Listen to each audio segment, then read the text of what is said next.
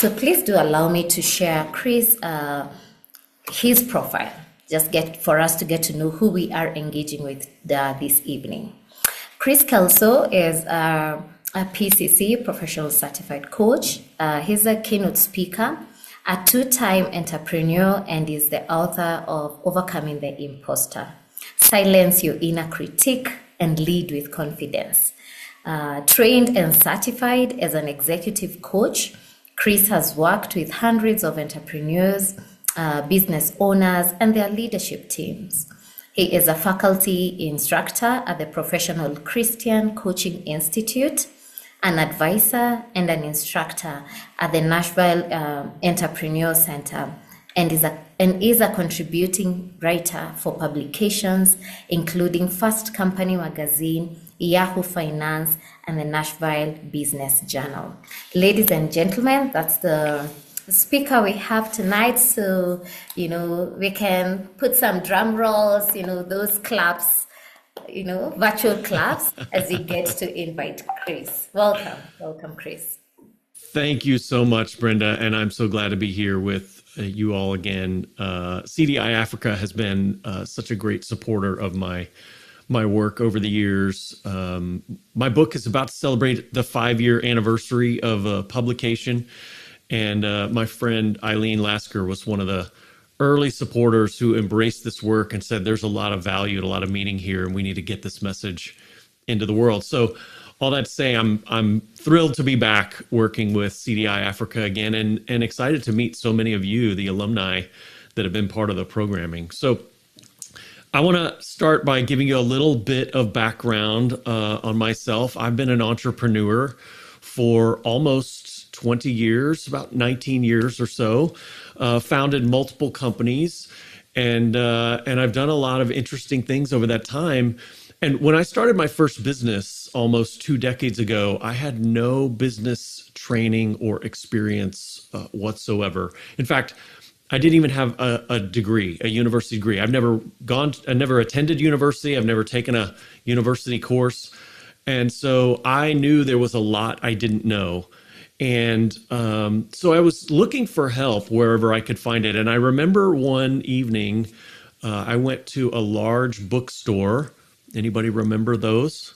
It's where we used to buy books before the age of the internet. And I bought a stack of books covering anything I thought I needed to know to run a small business.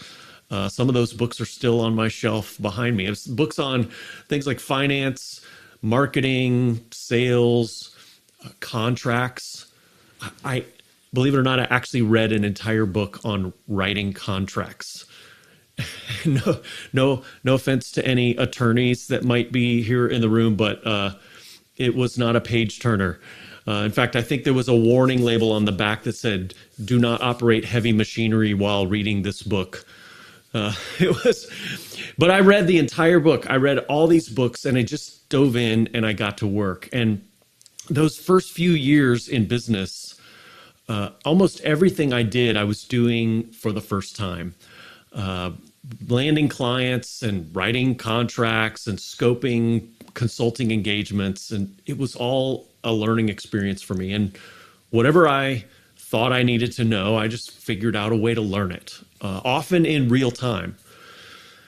And I love to learn, by the way. I enjoy it immensely. I love trying new things because the learning process is a big part of that, and it's part of the fun for me. But that often means that I am in a situation where I feel a little bit in over my head, where I feel like I don't know what I'm doing. I'm figuring it out along the way. And so those first few years in business, I would have this nagging fear, this worry, and even this little voice in the back of my mind that would try to convince me that my success wasn't real, that I was just getting lucky, or that at any moment people were going to figure out that I didn't know what I was doing. And in that learning process, at some point, I learned about this thing called imposter syndrome. And if you're not familiar, imposter syndrome is the fear, this persistent fear that your success may not be real, that your success may not be legitimate, that maybe you're just faking it and you're just getting by on luck or chance or timing, or perhaps that you just happen to know the right people. You know, when I started my first business, a consulting firm, it was an IT consulting firm. My very first client was a man who used to be my boss. And in fact, it was almost 3 years before I signed a client that wasn't the result of some relationship from my past. Now, on the surface, you might think that I would see that as a great sign, because it meant that people that had worked with me before wanted to continue working with me again and again. But I saw it as a weakness. I perceived that as a shortcoming because I wasn't winning clients the way I thought it was supposed to be done, the way I assumed everyone else did it, with some kind of disciplined sales process. And so the underlying fear of imposter syndrome, when you have this struggle with this self-doubt, the underlying fear is that sooner or later, everyone is going to figure out that you really don't know what you're doing, that you've just been making it up as you go, and that if that happens, if people figure that out, that you're going to be exposed as a fraud or an imposter. And I wrestled with this for a long time. In fact, I used to imagine in my fears, in my worries, I would picture myself sitting in a room full of educated business people, you know, MBAs, business degrees all around, and I had no college education, and someone would bring up some model or principle that was taught on the very first day of business school. And it would say something like, well, of course we can't do that because of the Thompson principle. Kris, you know the Thompson principle, right? And then I would sit there as the entire room would turn and look at me, waiting for me to give some sort of commentary on the Thompson principle, whatever that was. And as beads of sweat begin to form on the back of my neck, and I'd stammer around for a few minutes trying to think of something intelligent to say, until it became clear to everyone that I had no idea what the Thompson principle was. And then that's the moment when the men in black suits and sunglasses would come in and say, excuse me, sir, you don't belong here. You're going to have to come with us. Anybody ever feared the men in black going to come in and carry you away? I used to have this irrational fear that at some point there was going to be something that would expose me as the fraud that I felt like I was. And so, you know, nothing that dramatic ever happened to me. It was an irrational fear, but for many years I had this nagging voice in the back of my head that would try to convince me that my success wasn't real. And it would say things like, you didn't really start a business. You're just a guy doing some consulting. Or you don't actually know what you're doing. You just know how to sound like you know what you're doing.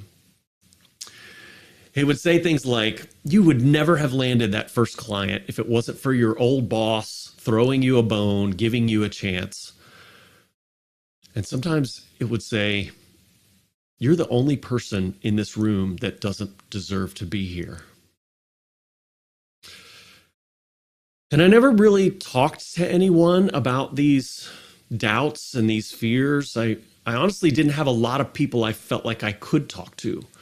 You see, most people that I knew at that point were either someone that I really looked up to, someone that I admired and wanted to impress, or someone who seemed to be impressed by me as an entrepreneur. And I didn't want to disappoint either one of them.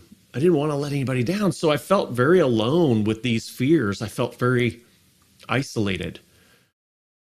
And over time, as my business grew and I had more success, you would think that more success would make those thoughts and feelings go away. But in fact, that voice in my head would just sort of change tactics.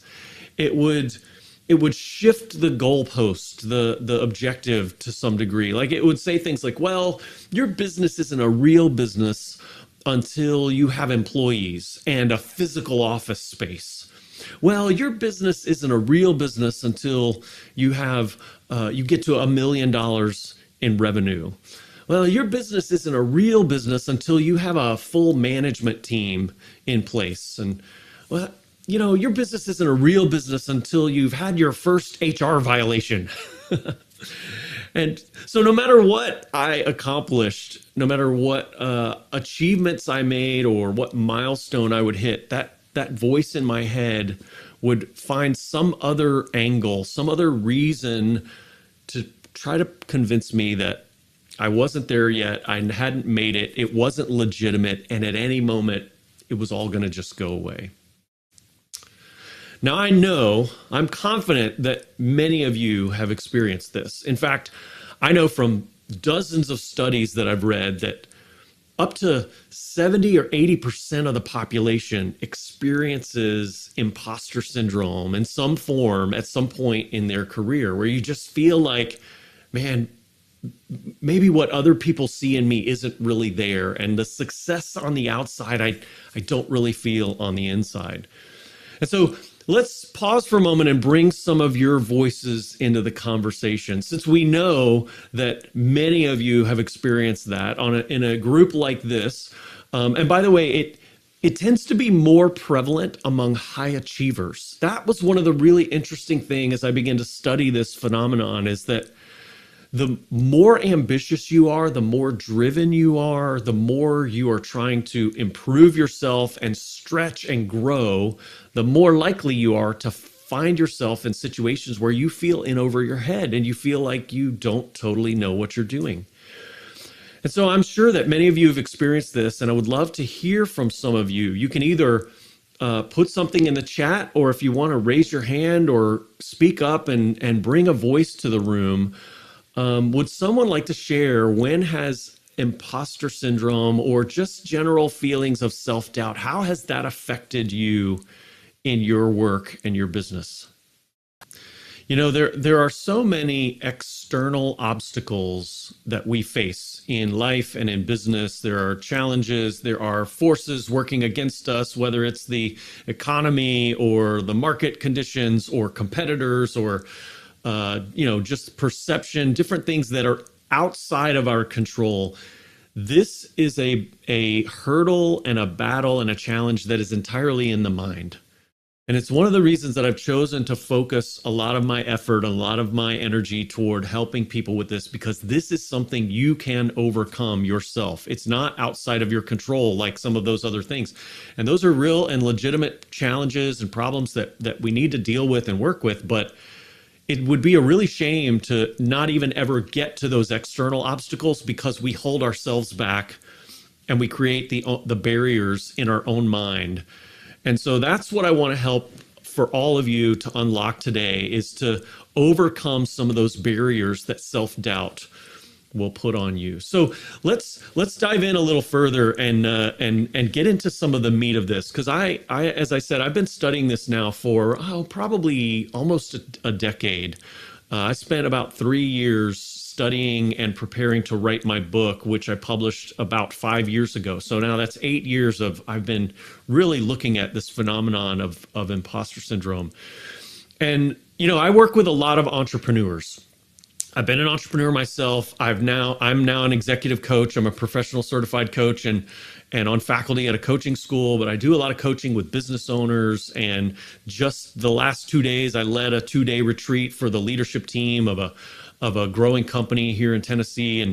And I've noticed that entrepreneurs wrestle with imposter syndrome at really high rates. If the average population is 80, 70, 80%, among entrepreneurs, it's probably close to 95 to 98%, just in what I've observed. And that's counterintuitive to some people, because you think entrepreneurs are risk takers. They're bold, they're brave, they're courageous.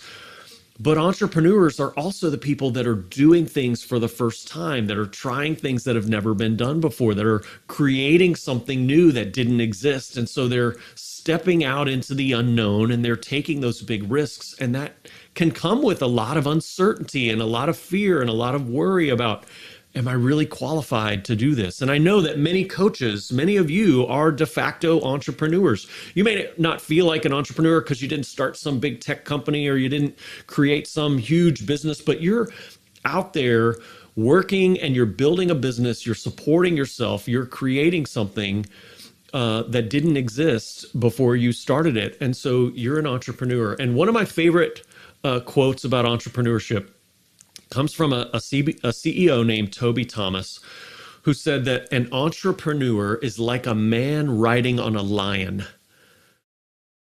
Said everyone around him is saying, wow, that's amazing. Look at that guy. He's so brave. He's so bold. I wish I had the guts to do what he's doing. That's incredible. And all the while, the man on the lion is saying, how in the world did I get on a lion? And how do I keep from being eaten by it? Right? That imagery is remarkably accurate in my experience. I can't tell you, yes, and I see the reactions. People are going, yes, I feel that. I experience that. I can't tell you the number of times that I've been given accolades and admiration and even awards for the risks that I've taken as an entrepreneur and the things that I've accomplished. And all the while, I'm not always celebrating. Sometimes I'm freaking out a little bit. I'm panicking because what looks to others like strength and boldness feels to me like a series of near catastrophes where I'm just eking by and figuring my way through it.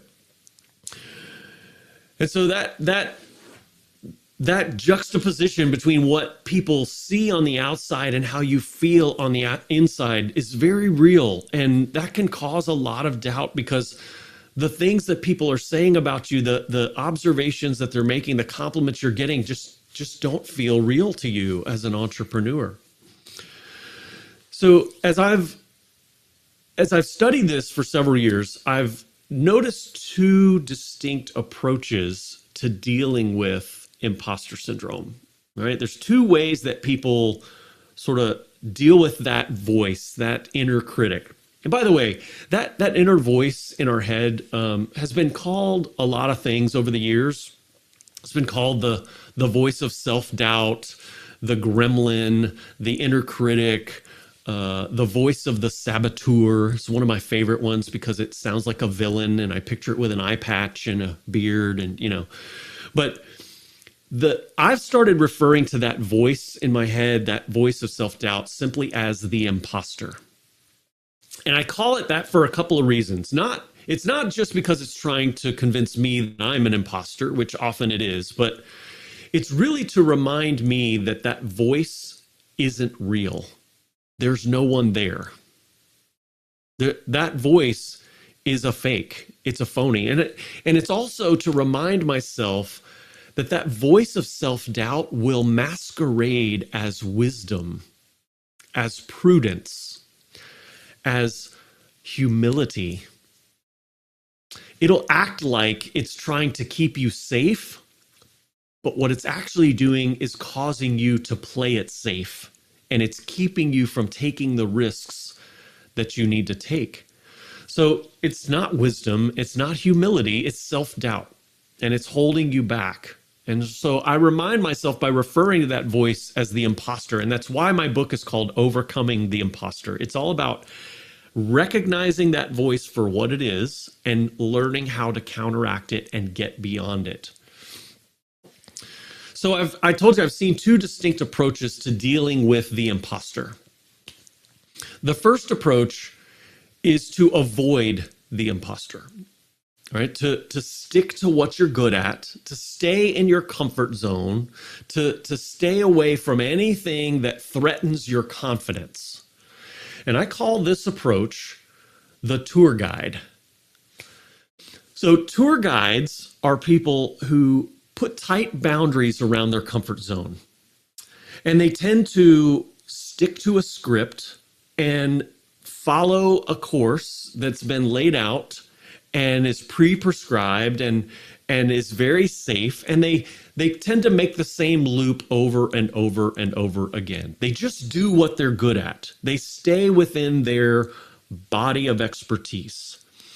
Tour guides act like a leader, and they are a leader in some ways, but they only take people where they've been before and they're very confident. Because tour guides like to be the smartest person in the room. They draw their confidence from being the person who has all the answers. And so they stay in a space where they are the expert, and they prefer to be the smartest person there, and they feel threatened if someone else seems to know more than they do.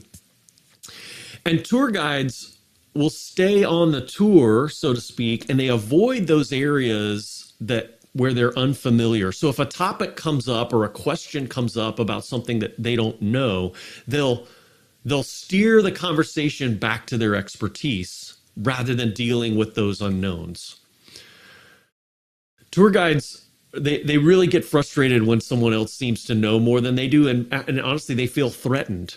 And so they don't ask a lot of questions, they answer questions.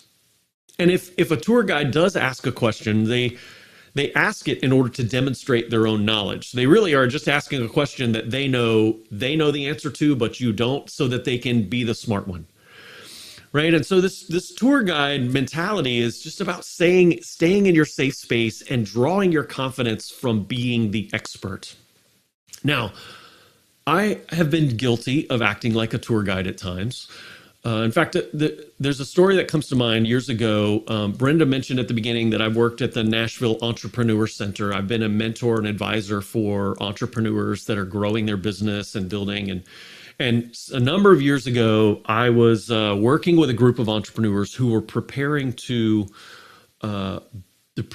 pitch their business ideas to investors.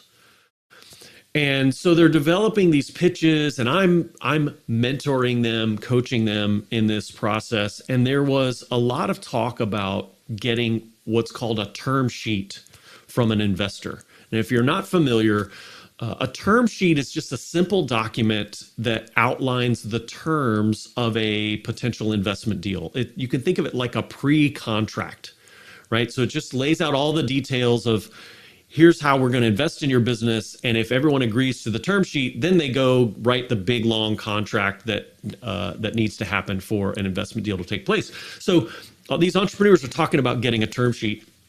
And it suddenly strikes me that I've never seen a term sheet. Now, I understood what one was in principle. It's the terms of a deal. But I'd never actually seen one because my business at the time, I had not raised any money from investors. I had started a business from scratch with my own money and just bootstrapped it and grew it organically.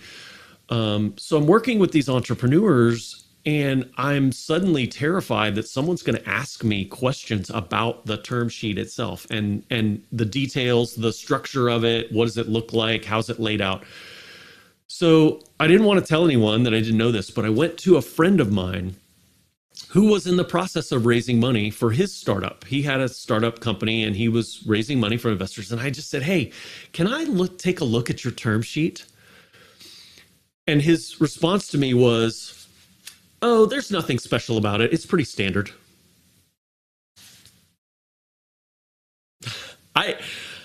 I didn't know what standard meant, and I didn't have the courage to tell him that. See, I was afraid of looking inexperienced. I was afraid of looking like I didn't have all the answers. And so my fear of looking like an inexperienced, uneducated entrepreneur kept me from getting help, even from a friend, even from someone I trusted. That's tour guide thinking, where you're just incapable of saying, I don't know, or I don't have the answer to this. I have to be the expert. So there's a different way. There's a better way to deal with the imposter. And so the second approach doesn't avoid the imposter. The second approach to dealing with the imposter is to disarm it. And I call this approach, this person, an explorer. So unlike a tour guide, an explorer is someone who is very comfortable with the unknown. In fact, they're not only comfortable with getting into unknown territory, they actually get excited about the learning opportunity that comes with new territory, breaking new ground, exploring new areas. Explorers are comfortable saying, I've never been here before, but I bet we can figure it out. Explorers are happy to bring other people along who know more than they do, because that's how we learn and we grow together. Explorers also know that sometimes you take a certain path and you figure out that it's not going to get you where you want to go, and you have to turn around and go back, and you have to try something else. See, they see hitting a dead end and turning back not as failure, but as learning. It's part of the exploration process. Explorers like to ask a lot of questions. In fact, they ask more questions than they answer, and they ask to learn and grow, not to instruct or to correct. And explorers get really excited when they can bring experts together and leverage the power of the group and go do something interesting and new and learn along the way. They love the learning process, and they do it in the open. It is actually what they do. Learning is part of their job, and so they're comfortable being in learning mode.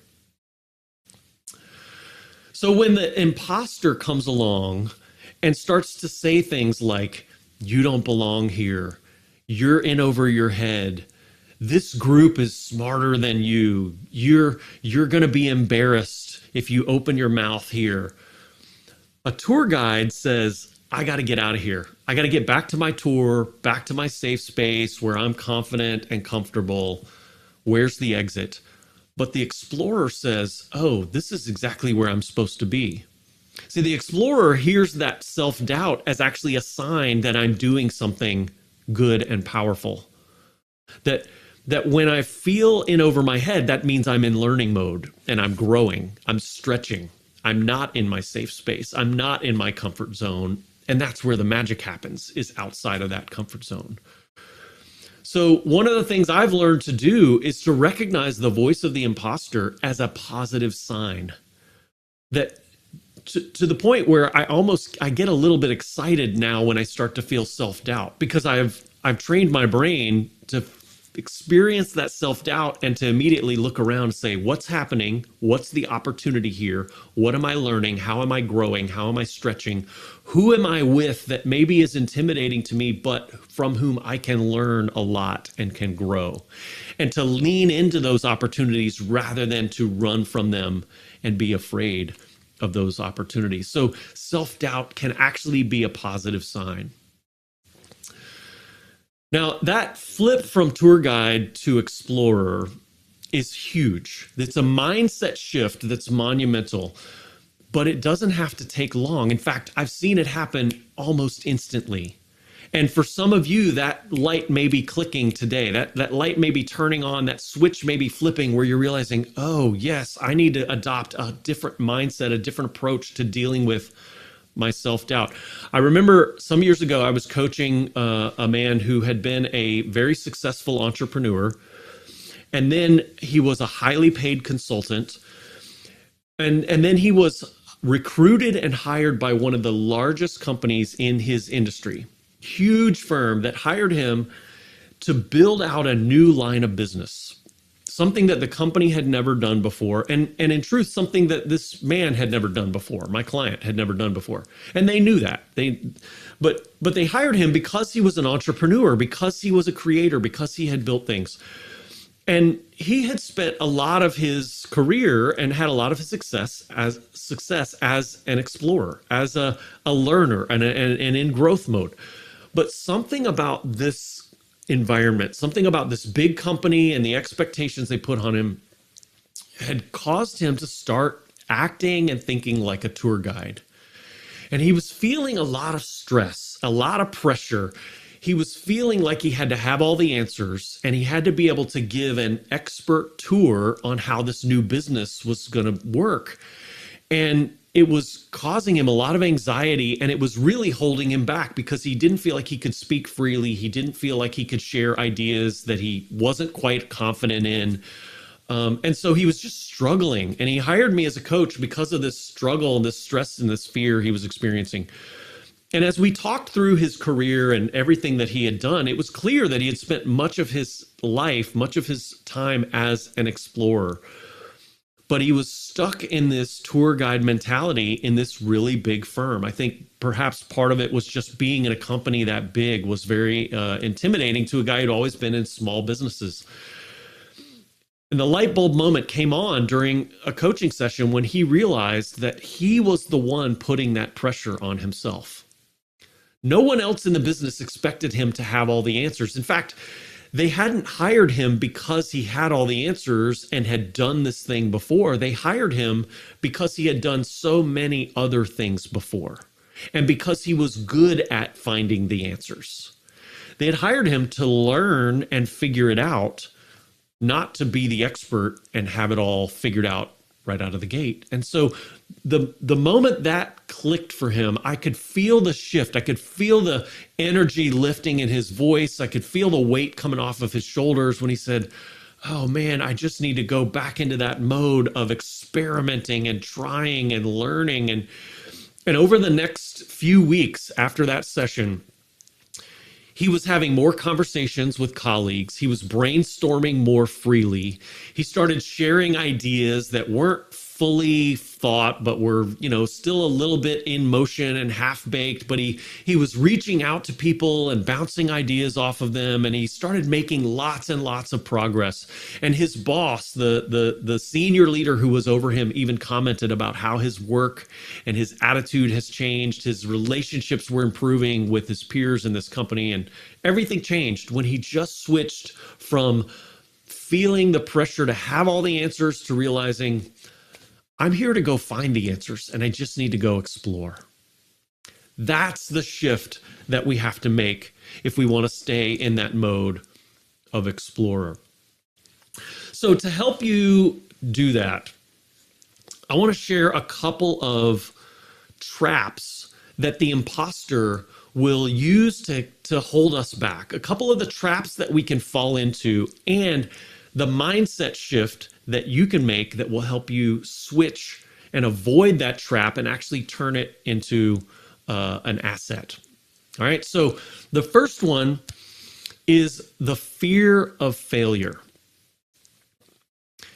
It can be really easy to fall into a fear of any mistake or failure or setback is going to be a black mark on my record. It's going to be a permanent scar. And the imposter in particular will try to convince you if people see you fail, they're going to lose respect for you and it's going to hurt you in the long run. So you can't try things where the certainty of success is not very, very high. But of course, the problem is when we fear failure, we play it safe and it holds us back. There's an old story that has been passed down for generations among employees of the company IBM, the big computer company. And the story is about Tom Watson Jr., the founder of the company, when he was running the company many, many years ago. And Watson had called into his office one of their salespeople who had lost a bid that was worth over $1 million to IBM. Now that's what, 130 million shillings. And that's a long time ago. So with inflation, that would be many, many times that today. So think about this for a minute. You've been called into the CEO's office to discuss your multi-million-dollar failure. He came in with his resignation letter in hand because he believed that's what the meeting was going to be about. And the story goes that Tom Watson took the letter and he looked at it and he looked at the man and he shook his head and he said, "Why would we let you go? We just invested $1 million in your education." See, Tom Watson understood the valuable wisdom that comes through failure. And he wasn't about to see that wisdom walk out the door and go to a competitor, because that's exactly what would have happened. We learn so much from failure. In fact, often we learn more from failure than we do from success. And I've had a lot of failures as an entrepreneur. Okay. I don't think I've ever had $1 million failure, but I've had multiple 6-figure failures, $100,000 plus mistakes or decisions that I've made that did not go well, that cost me a lot of money. And you know what? I've learned a ton in that process. I have a lot to offer and a lot of valuable wisdom. But when I am stuck in the fear of failure, and especially when the imposter is really working on me, all I want to do is sweep those failures under the rug and pretend they never happened and hope that nobody ever finds out about them. But if I do that, I rob myself and the people around me of the valuable wisdom that comes through failure. The learning that has taken place there, I can just completely make it invaluable if I'm unwilling to ever talk about those failures. So the first trap is the fear of failure that holds us back, and it keeps us from trying things where we might fail, and it also keeps us from being willing to talk about our failures and what we learned from them. And the mindset shift that you've got to adopt that will help you overcome that is to reframe failure as learning. And I've come to believe that failure is only truly failure if I learn nothing. As long as I learn something from it, it's not a failure, it's a step towards something, towards some success. In fact, most success stories, if you really dig into them, the path is paved with failures and setbacks. That failures are just stepping stones on the way to success because it's how we learn, it's how we get there, it's how we figure out what works and what doesn't. And so failure is only truly failure if I learn nothing. And when I try something new, when I set out to do something, I remind myself that there's only 2 possible options. There's 2 possible outcomes. I'm either going to succeed or I'm going to learn. Maybe even both. But as long as I learn, it's not a failure. It's a part of the process of success. And so that's the reframe that you can take that will help you counteract that voice and overcome the imposter. When the imposter says, don't try this because it may not work. You say, great, I'm going to get something out of it if it doesn't work. I'm going to learn in the process.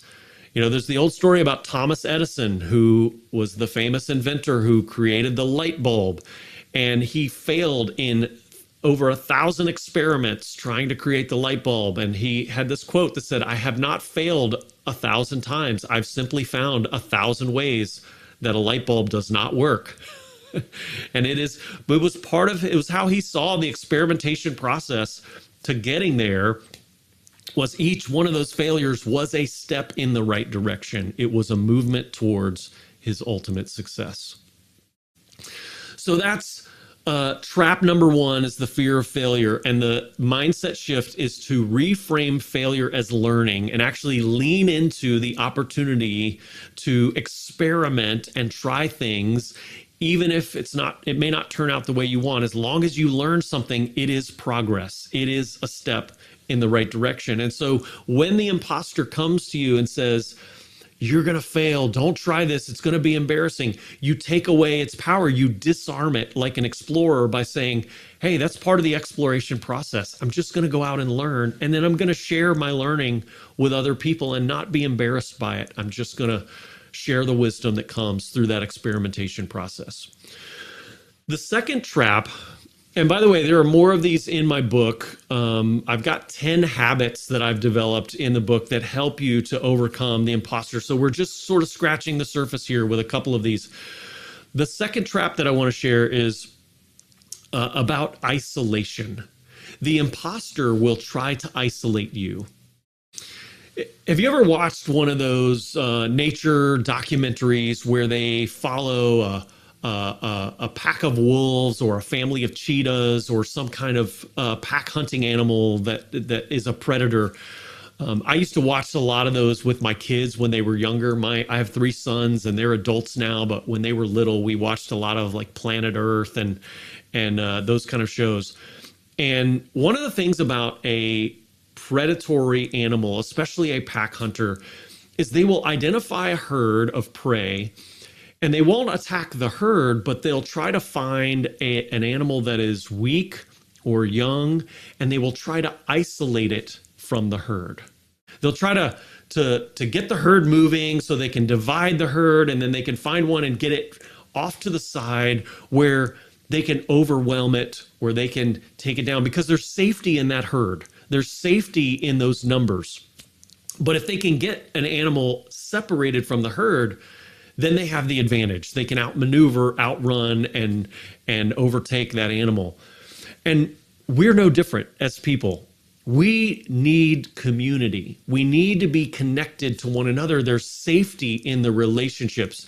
And, it's one of the reasons I love working with organizations like CDI-Africa Coaching Group. And I love doing alumni events and things like this, where the goal is to bring people together and build relationship and connection and the shared learning that goes with this kind of thing. I love fostering this because I've learned the value and the power of being connected to people versus how susceptible you are when you're isolated. But here's something you need to know. The benefits of community are not automatic.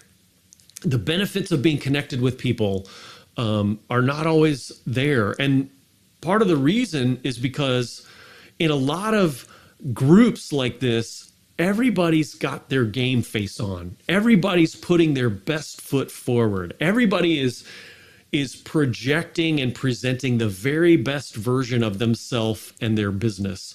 Entrepreneurs in particular are really are often in sales mode all the time. They're always trying to present the very best version of their business and their ideas and the things that they're doing, because they might be speaking to potential customers or investors or even partners or people that they might be wanting to hire. So they're just sort of always in this sales mode. But there's a key ingredient that makes the difference as to whether your community works for you or against you. A number of years ago, I was talking with this young entrepreneur. This young man, I don't even remember how we met, but we were getting together for a meeting over coffee and getting to know each other. And he had started his business right out of college, and he had managed to raise some money from a famous investor, somebody who probably a lot of you would know the name if I said it. It was a kind of a celebrity billionaire investor who had put some money into his business. And he's telling me all about his company and the things that they're doing, and they're going to change the world, and it's amazing. And I just had this sense, I could just tell that behind the great sales pitch that I was getting, behind the great story he was telling, there was some anxiety, some fear, some insecurity. I just had a sense that this young man was not telling me how much he was struggling. And so I did something in that moment that up until that point I hadn't done very much. And I just sort of opened up to him. And I got vulnerable myself. I told him a little about my story as an entrepreneur, and I shared not just the highlight reel, but some of the struggles, the setbacks. I told him about the year that I went almost 8 months without any income because the economy was down and there was no projects available, and I had to just gut it out every day and go out and try to find a new client. For the majority of a year, and how much of a struggle that was. I told him about the doubts that I'd had, and I told him about the man riding on the lion, and how as an entrepreneur, sometimes everything looks great on the outside, but it feels really difficult and painful on the inside. And this young man began to tear up. His eyes welled up, and I could see the emotion in his face. And he said to me, "Kris, this is the first real conversation I've had with anyone about how hard this is. See, he was struggling to live up to the false image of successful entrepreneurs all around him. He was struggling with the comparison trap. He was struggling with feeling like everybody else is crushing it and I'm struggling. I'm having trouble. And the imposter was wearing him out, telling him, you don't know what you're doing. You're not going to make it. It looks great on the outside, but it's falling apart on the inside. But by being vulnerable, I opened up a lifeline for him. I gave him hope for his situation. And it was a powerful moment that I've never forgotten. And he and I have both told that story many times since. And by the way, his business is doing great. He's grown quite a bit since then. And I've stayed in touch with him and we catch up every now and then. But that moment was really critical. And I learned in that moment the power and the importance of vulnerability. See, when I opened up to him, I offered him that hope. I extended him that lifeline. And since then, I've tried to be more vulnerable. I've tried to be more authentic, more open about my own struggles and my own fears. And you know what I've found is that vulnerability is the key to making community work for you rather than against you. What I've really found is that community without vulnerability, when you're surrounded by people, but there's no vulnerability, there's no authenticity, community without vulnerability will feed your imposter. It'll make that voice of self-doubt louder and stronger because you'll feel like everybody else is doing great and I'm the only one who's struggling. You can feel isolated even in a crowd of people because there's no vulnerability. But community with vulnerability will starve your imposter. I'm going to say that again. Community without vulnerability will feed your imposter. It'll make that voice louder and stronger. But community with vulnerability will starve it. See, when you're in a community where people are real and honest, and they talk about not just their wins, but their struggles and their challenges, you begin to realize that the struggles you're facing are the same as the struggles that everyone else is facing around you and that other people have faced before you, and that there is hope. And those struggles don't feel quite as huge and insurmountable when you know that you have other people on that journey with you. And so if community is the doorway, vulnerability is the key to unlocking that door to building your confidence and helping you overcome the imposter. And you know, one of the things I've recognized as I've been more intentional about being vulnerable and opening up is that vulnerability doesn't just help me, it doesn't just help the people around me, it helps me as well. See, when I'm sort of faking it, when I've got my mask on and I'm projecting that great version of myself and people say, Kris, you're doing amazing, it doesn't feel real. The respect that I get and the compliments and accolades and things that I get, it's easy for the imposter to go, yeah, but they don't know the real story. They don't actually know the whole truth. They don't know, so it doesn't mean anything. But when I'm vulnerable and I'm authentic and I open up to people and they still respect me, they still thank me and tell me they admire the work that I'm doing and that I'm doing great and I'm making a positive impact in the world, those compliments feel so much more real. It's so much easier to accept and to believe the things that people tell me because I know they're not based on a half truth. They're based on the real story. And so vulnerability will boost your confidence. See, we think if I'm vulnerable, if I admit a weakness, my confidence is going to erode, and the opposite happens. The imposter gets weaker and your confidence grows when you're genuine and authentic with people.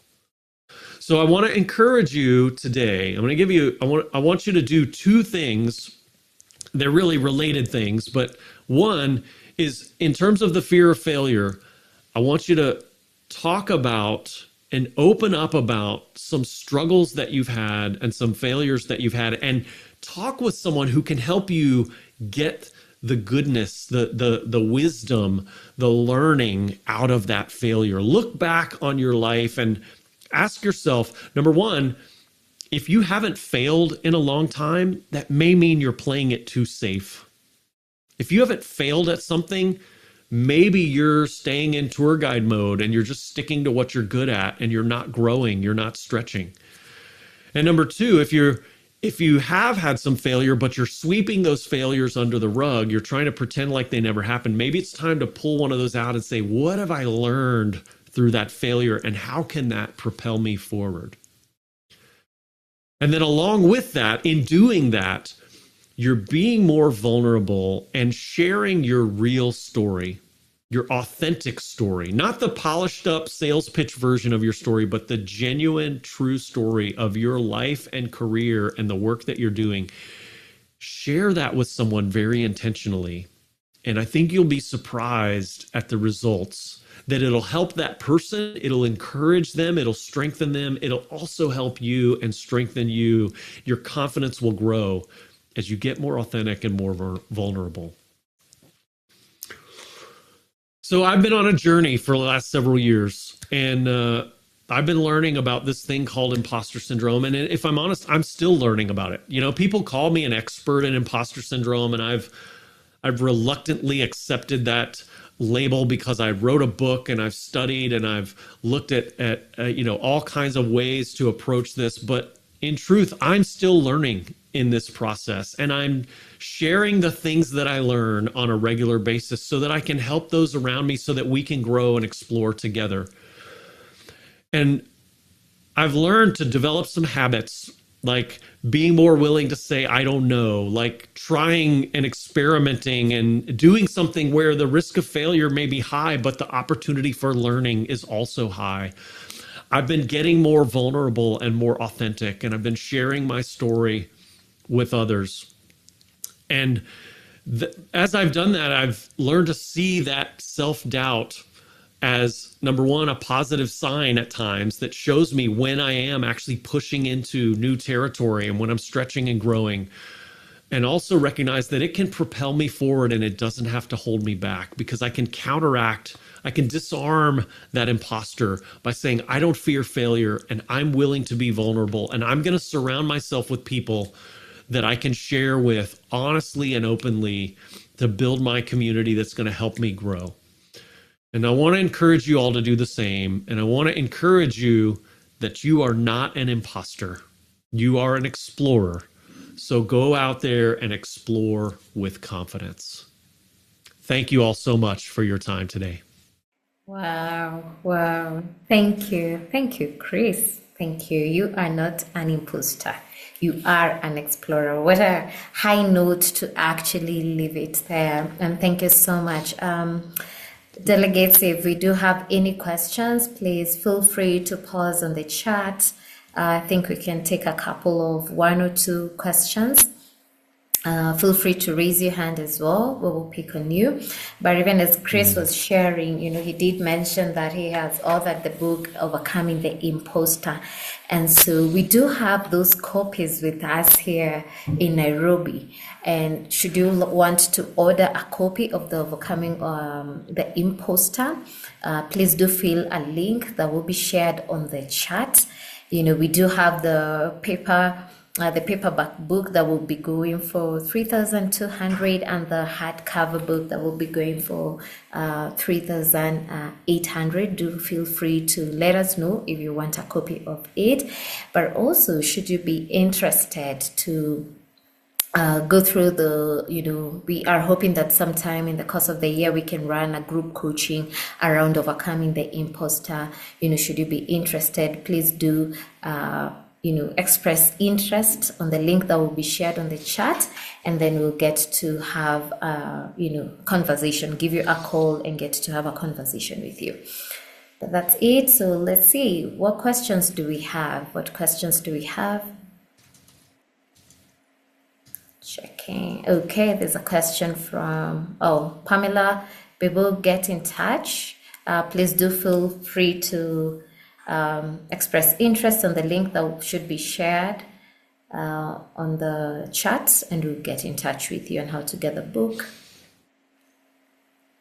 Elizabeth says, wow, awesome, authentic sharing. Yeah, you need a copy of the book. Absolutely, we will get in touch. Do feel free to just express interest in that link that is being shared on the chat. Great, let's see. Questions, are there questions? What are we taking out of this conversation? Let's see what your takeouts are.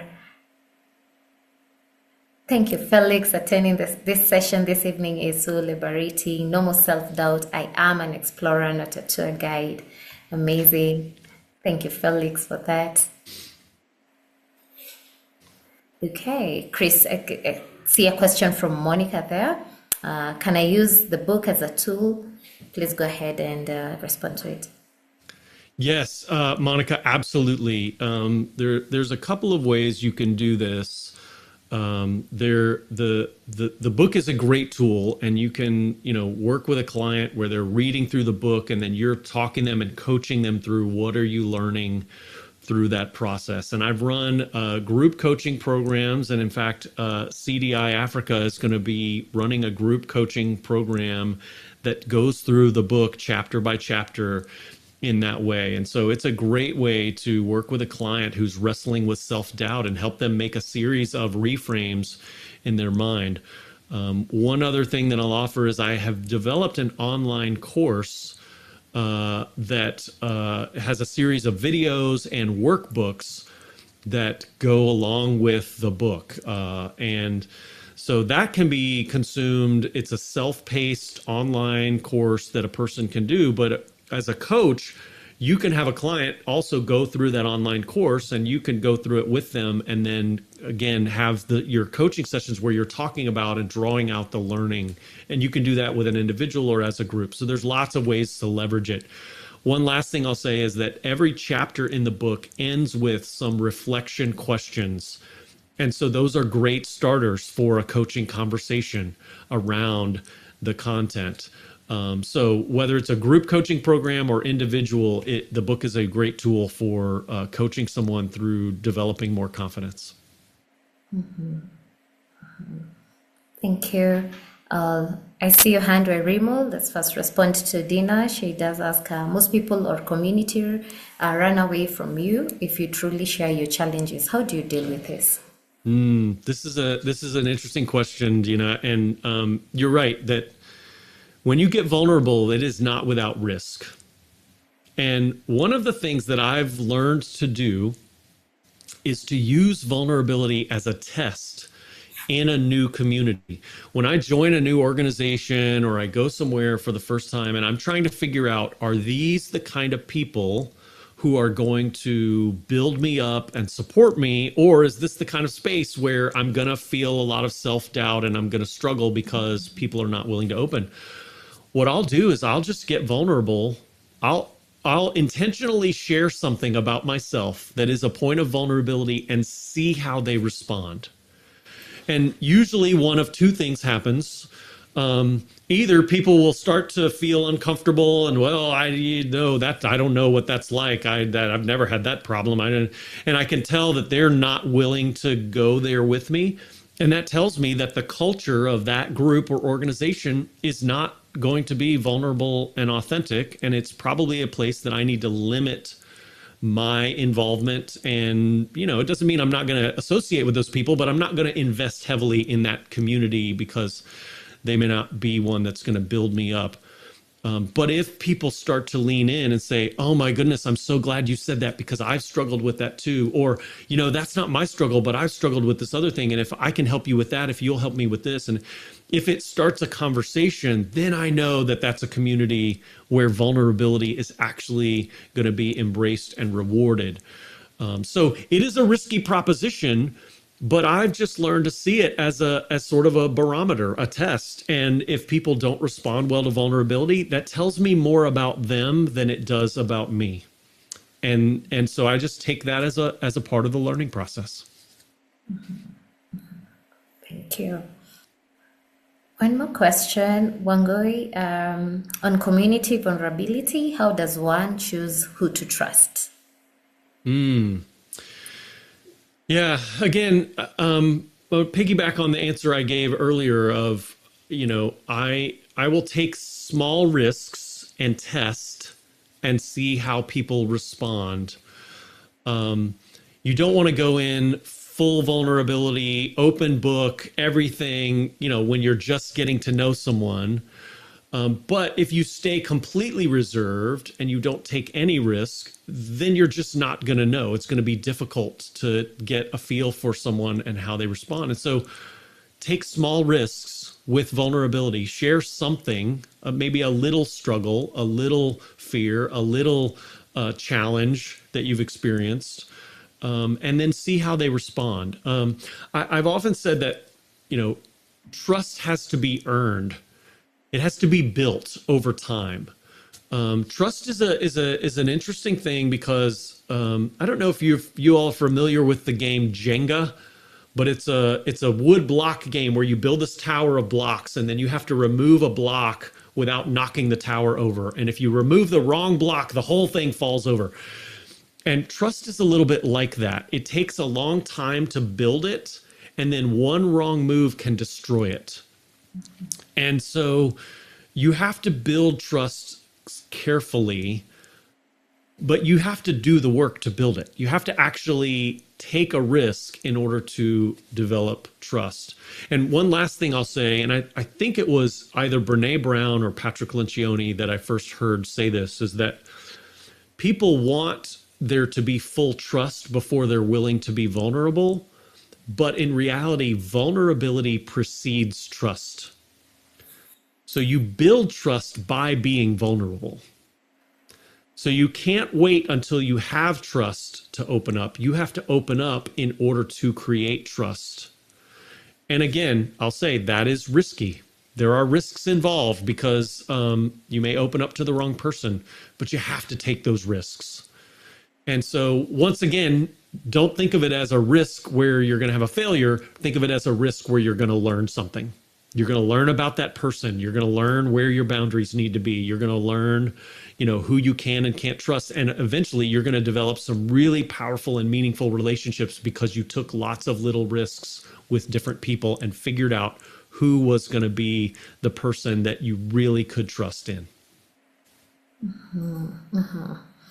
Thank you. Thanks for that response, Kris. And comments are coming in. The session has been informative and empowering. I must conquer the imposter. All the best. Purity. Belinda, empowered. Thank you, Kris. Monica, thank you. Purity, not Purity. Nelly Njoroge, Kris, thank you so much for sharing so openly. I completely understand the imposter syndrome now. Yeah. Thank you so much. Thank you. Thank you so much. Again, should you want to join the group coaching that will be happening at some time in the year, please do feel free to, express interest on that link. We'll also be getting back to you on details about the group coaching and also how you can get your copy of the Overcoming the Imposter. Great. Kris, what will be your parting shot, even as we wrap up the conversation? Last thought, I will just say, and I feel like I've touched on this a couple of times already, but this is not without risk, but it's absolutely worth the risk. Life is about risk and reward.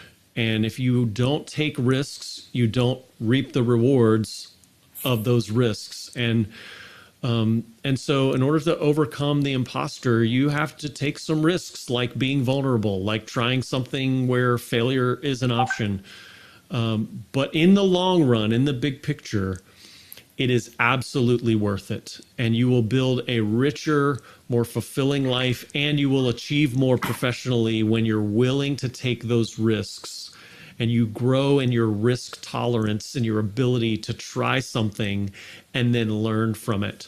So I just want to encourage everyone, look at what you're doing and ask, where am I taking a risk, or where do I need to take a risk and try something? And then when that voice comes in, that negative voice of self-doubt, the imposter tries to stop you from doing it, recognize it for what it is and tell it, I'm in learning mode. I'm exploring here. And the only real risk is the risk that I'm going to learn something and I'm going to grow. So I'm willing to take that risk.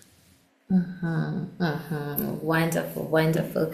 Thank you. Thank you so much, Kris. Yeah, that this is not without risk, but it is worth all the risk. Thank you. Thank you so much. We greatly You're appreciate. welcome. So actually, until the group coaching will be starting, in March.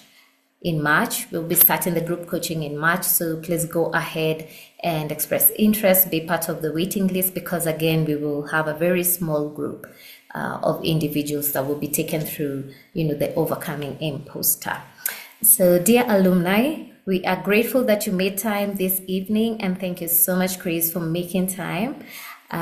We invite you and encourage your alumni to, stay plugged in. We have quite a number of, engagements, lined up for you. We do have our next webinar from Coach Benita. That will be on Coaching Presence Part 2. That will be happening on 13th of February. So we do encourage you, to be on the lookout, stay plugged in, and let's grow together this year. Let's grow together. We are intentional, so let's grow together and let's keep up with coaching. So thank you so much. To have a great, great evening and a great year ahead. Thank you all. It's been a pleasure. Thank you.